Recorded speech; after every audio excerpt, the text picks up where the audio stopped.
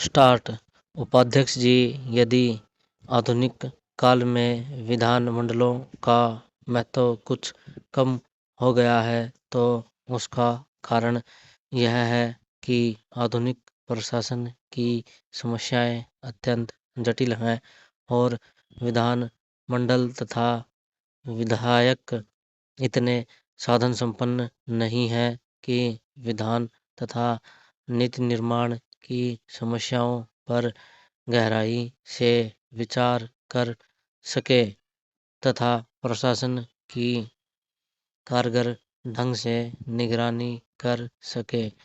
पूर्णविराम।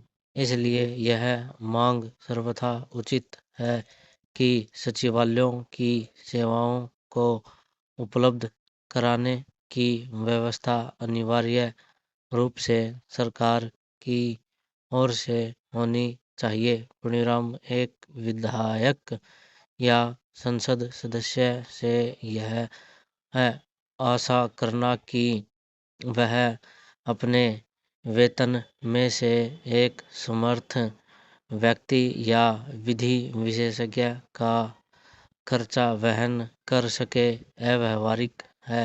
पूर्णविराम। विधान सभाओं और संसद के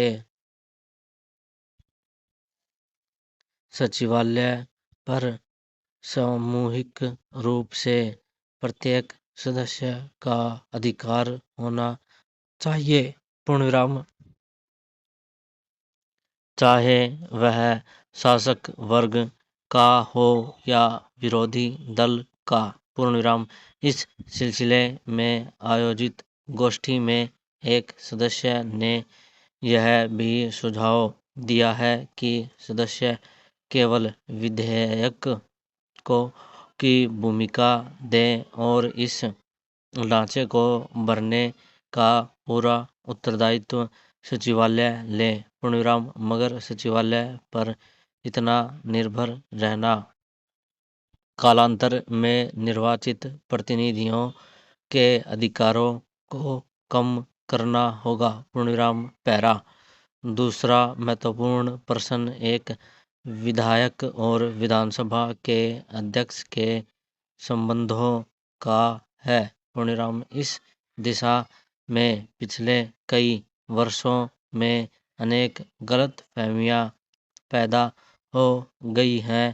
पूर्णविराम। यद्यपि अध्यक्ष प्राय शासक वर्ग का ही एक सदस्य रहता है, फिर भी अध्यक्ष चुने जाने के बाद सामान्यतः उसका उत्तरदायित्व अपने दल के प्रति समाप्त होकर उस प्रतिनिधि सभा के प्रति हो जाता है जिसका नियमन करने के लिए उसे निर्वाचित किया हो। पूर्णविराम।